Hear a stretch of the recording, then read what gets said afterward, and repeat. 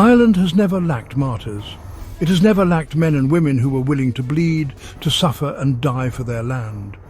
But among all those who gave their lives for Ireland, few have a story as tragic, shocking and unbelievable as Roger Casement. Because unlike most Irish rebels, Roger Casement did not grow up and oppressed Irishmen. He did not spend his youth under the boots of British soldiers. He was not born into revolution. He was born into privilege, wealth and power, raised not as an enemy of the crown, but as a servant of it. He was a British diplomat, a man knighted for his service, a man who stood at the highest levels of the empire and then betrayed it, because he saw too much. He saw what colonial empire truly meant. He saw the corpses of African men rotting in the sun, their hands cut off as punishment for disobedience. He saw Peruvian women whipped and raped until they no longer screamed. He saw how men with power turned nations into a graveyard, and then he looked to Ireland and saw the same empire doing the same thing. He could not be silent, and so Sir Roger Casement, British knight, imperial servant, beloved of the crown, did the unthinkable. He turned on the mighty British Empire. And the same men who once honoured him dragged him into a prison cell, forged evidence against him and hanged him like a criminal. This is the story of the British knight who died an Irish rebel. Roger Casement was born in Dublin in 1864, in an island that was not seen as a nation, but as a colony wearing the mask of a province. His family was Anglo-Irish, privileged and loyal to the crown. Casement believed in Britain's greatness. He was taught that the empire was a force for good, bringing civilization, law and order to the world. At 19, he joined the British colonial service, eager to serve the empire and carve out a future as a diplomat and an explorer. His first posting? Africa. The British saw Africa as a land of untapped wealth, gold, ivory, rubber. It was a place where civilized men could bring order, where noble Englishmen could rule over those deemed too savage to govern themselves. And Roger Casement believed in this mission. At first, Africa was supposed to be where he would prove himself. Instead, it became the place where he saw the empire's true face. Beneath the grand speeches about progress and civilization, he saw empire for what it really was. And it was there that the first cracks formed in his loyalty, cracks that would one day lead him to the gallows in a British prison. Casement was stationed in the Congo Free State, a vast colony not ruled by Belgium, but by a single man, King Leopold II. To the world, Leopold claimed he was bringing Christianity, progress and commerce to Africa. But Casement saw something else. He saw rubber plantations run by terror.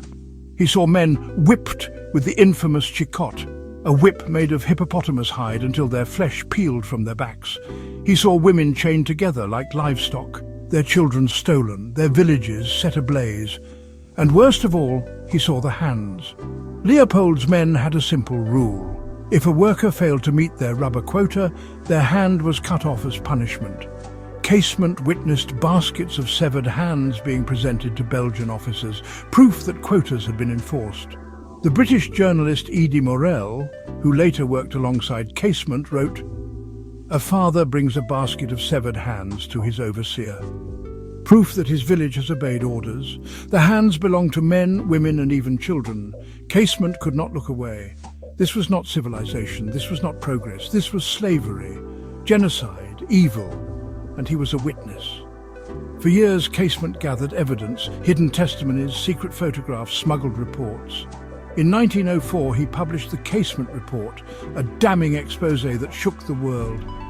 It revealed that Leopold's regime had massacred over 10 million people, a slaughter so vast that even European leaders were forced to act. King Leopold, enraged, called Casement a liar. But the truth was out. The scandal forced Belgium to take control of the Congo, ending Leopold's personal rule. And in 1911, the British government knighted Roger Casement for his humanitarian work. Sir Roger Casement.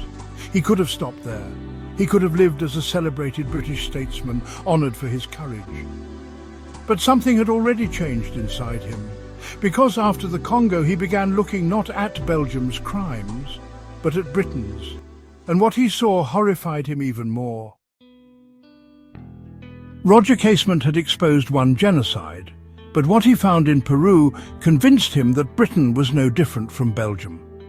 In 1910, reports began reaching Britain of horrific abuses in the Putumayo region of the Amazon, where the Peruvian Amazon Company, a British-financed rubber company, was accused of enslaving and murdering indigenous people. Casement was sent by the British Foreign Office to investigate. What he found was a nightmare. He found men who had been beaten until their bones shattered, women who had been whipped and raped by company overseers, entire villages burned, families exterminated for refusing to work, and it was all done for rubber, to feed the unstoppable industrial hunger of Europe and the United States. The company's owner, Julio Cesar Arana, ruled the region like a warlord. His enforcers, many of them British-backed, would hunt indigenous people like animals, torturing and killing them for sport. Casement later wrote, "I have seen with my own eyes the most unthinkable cruelties done not by savages, but by white men in the name of commerce."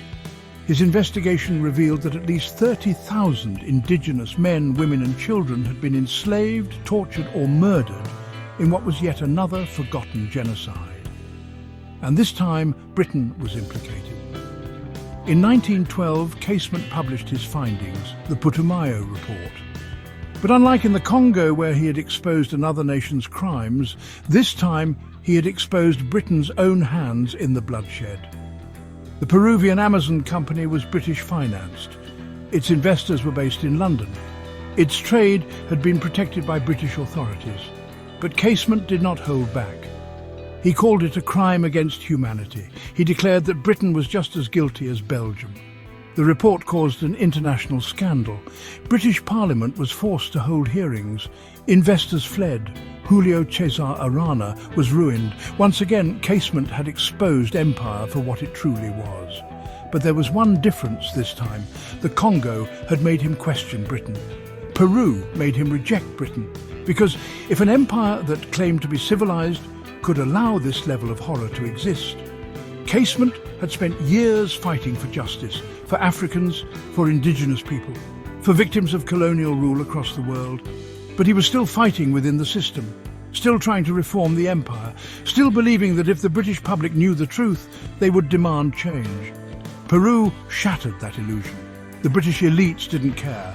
The government buried the scandal, and Casement finally understood empire does not reform, empire does not listen. Empire must be broken. So he turned his eyes back to Ireland, because the empire he had spent his life serving was the same empire that ruled his birthplace with an iron grip. The same empire had starved over 1 million Irish people, stolen Irish land, crushed every attempt at Irish rebellion, hanging or exiling its leaders. In 1913 he resigned from British service, and if empire was built on blood, he would help spill it. He joined the Irish volunteers preparing for war against Britain. And when World War I broke out, he saw the chance no Irish rebel had ever dared take. If Britain was at war with Germany, then Germany was Ireland's greatest ally. Now he would do everything in his power to make Britain fall in Ireland. And now was the time for Ireland to strike. But to fight an empire, you need weapons, you need an army. And Casement knew exactly where to get them. He boarded a ship and sailed for Berlin, carrying with him one demand: help us break Britain's grip on Ireland. Casement arrived in Berlin in 1915, where he met Kaiser Wilhelm II's military commanders. He pleaded with them, "Send Ireland weapons, send us officers to train Irish fighters, send us soldiers and we will rise against Britain." At first the Germans listened. They hated Britain and saw Ireland as a perfect way to destabilize the empire. But Germany had its own war to fight. They were losing men by the thousands on the Western Front. They could spare weapons, but not an army. Casement pressed on, refusing to give up. He secured a shipment of 20,000 rifles, machine guns and ammunition, which would be smuggled into Ireland by sea. It was risky. It was reckless. But if the weapons arrived and the Irish rose up, Britain would have a war on two fronts. Casement had done the impossible. He had convinced one of the world's great powers to support an Irish rebellion. It should have been a moment of victory. But back home, the rebellion was already falling apart. Casement had been in Germany for over a year, but back in Ireland, time was running out. The leaders of the Irish volunteers knew that if they waited too long, the British would crush them before they could even fight. They planned to strike on Easter Monday, 1916, seizing Dublin, declaring an Irish Republic, and starting a war Britain could not contain. But Casement began to panic. He knew the weapons from Germany were arriving too late. The rebels did not have enough guns, enough men, enough supplies to hold out against Britain's massive army. He sent word to cancel the uprising, but it was too late. The rebels moved forward anyway.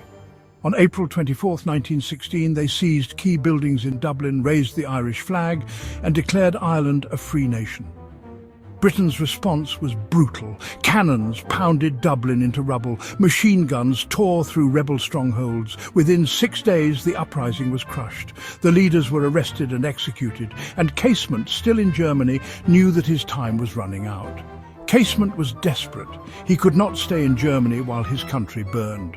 On April 21, 1916, he boarded a German U-boat, slipping through the waves toward Ireland. He landed in County Kerry, stepping onto Irish soil for the first time in years. But the moment he arrived, he knew something was wrong. The landing site was exposed, isolated, unprotected. There was no welcoming party, no rebel army waiting for him. And then he saw them. British soldiers. They had been tipped off. They had been waiting. Before Casement could even raise a weapon, he was surrounded. Dragged in chains from Ireland to London, he was thrown into the Tower of London, the fortress where the British had executed traitors for centuries. The charge? High treason. Casement's trial began in May 1916, just weeks after the Easter Rising had been crushed in Dublin. His name had once been respected in Britain, a hero, a knight, a champion of human rights. Now the same newspapers that once praised him called him a coward, a traitor, a disgrace to civilization. Winston Churchill, a fierce opponent of Irish independence, declared Casement's treason was blacker than the blackest crime. The prosecution was led by F.E. Smith, the Attorney General, a ruthless politician who wanted Casement dead as quickly as possible. Smith mocked Casement's defence, calling him a man who had turned savage and abandoned Britain for barbarism. But Casement stood in the dock, calm, unshaken. He admitted he had gone to Germany, he admitted he had sought weapons for Ireland, but he refused to call it treason. He spoke directly to the jury, defiantly declaring, "A nation that governs itself through occupation and fear has no right to demand loyalty from the occupied. I am being tried, not for treason against Britain, but for my love of Ireland." The courtroom fell silent. Even some of Casement's enemies hesitated, and then the judge spoke. "You shall be taken to a place of execution, and there hanged by the neck until you are dead." Casement had one last chance to live. The British government told him that if he begged for mercy, if he renounced the Irish rebellion, they might spare him. He refused. "I ask for no mercy. I ask only for justice." Casement was going to die, but Britain was still afraid. Because they knew Ireland loved its martyrs, so they needed to destroy his name first. They needed to erase and humiliate him to make sure that when they hanged him, no one in Ireland would see him as a martyr. So they launched one of the greatest character assassinations in British history. Days after Casement's conviction, something suspicious happened. British intelligence suddenly discovered a collection of private diaries, allegedly written by Casement himself. The Black Diaries, as they were called, contained graphic accounts of homosexuality, intimate descriptions of encounters with men across the world. The British press exploded. Casement was no longer just a traitor. He was now a pervert, a degenerate, a man unworthy of sympathy. Politicians who had planned to appeal for his life suddenly backed away. One British newspaper sneered, "Ireland has many heroes, but Roger Casement will not be one of them." But were the diaries real? To this day, historians are divided. Some argue they were authentic, a secret life exposed at the worst possible moment. Others believe they were forged by British intelligence, deliberately planted to destroy Casement's reputation before he could become a martyr. The evidence for forgery is compelling. The British government refused to let anyone examine the original diaries for decades. The timing of their discovery was suspiciously convenient. Casement's closest friends and supporters, including those who knew him intimately, insisted he had never written them. But by the time these questions were raised, it no longer mattered. And on the morning of August 3rd, 1916, the guards came to his cell. The morning was cold and grey. Footsteps echoed through Pentonville prison as guards made their way towards cell 27. Inside, Roger Casement stood waiting. He had refused to break. He had refused to beg. And now, he refused to kneel. They led him to the gallows, where a noose dangled from the beam above. A priest walked beside him. In his final days, Casement had converted to Catholicism, embracing the faith of the Irish people he was about to die for. When they reached the execution chamber, the hangman, John Ellis, stood waiting. Ellis had hanged many men before, criminals, traitors, murderers. But this one was different. This was a knight of the British Empire. A man once honoured by kings, now standing with a rope around his neck. Casement looked his executioners in the eye and for the last time spoke, "I die for my country." Ellis pulled the lever. The trapdoor beneath Casement's feet swung open. A snap, a silence. And just like that, the empire that had once knighted him had now broken his neck. Casement's body was not returned to Ireland. The British government refused. They buried him in an unmarked grave within the prison walls of Pentonville, ensuring that he would never receive a martyr's funeral. Even in death, they feared him. They feared that his grave in Ireland would become a shrine, a rallying point for future Irish rebels. So they left him in the cold English earth, in a nameless pit behind prison walls. Britain thought that was the end of it. They thought his name would fade, buried inside the walls of Pentonville prison, lost in the pages of history. But Ireland did not forget. For years his name was whispered in Irish homes, spoken in rebel circles, honoured in secret. To the British he was a traitor, a disgrace, a man who had turned against civilization. To the Irish he was a martyr, a patriot, a man who had given up everything for the dream of a free Ireland.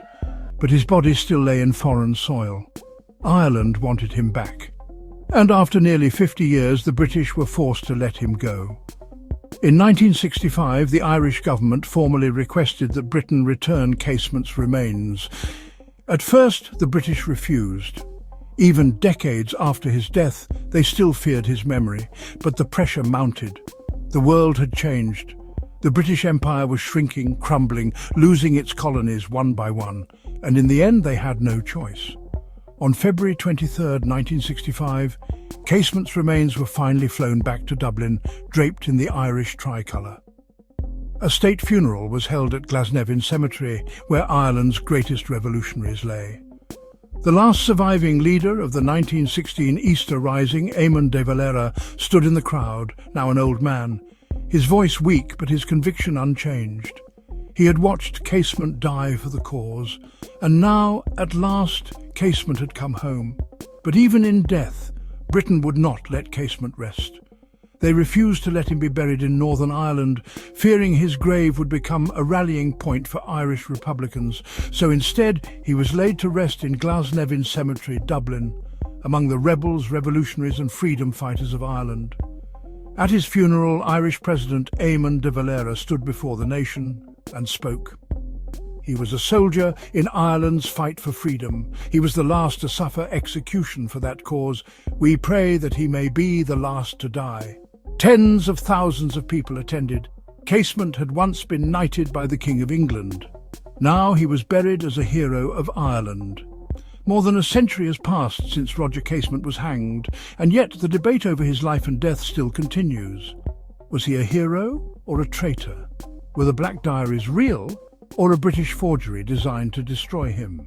Was he a reckless idealist, or a visionary who saw Ireland's future before anyone else? But one thing is certain, he could have lived comfortably. He could have been honoured for the rest of his life. He could have been a British statesman, respected and remembered. Instead he chose treason. Instead he chose death. Instead he chose Ireland. And for that, his name will never be forgotten.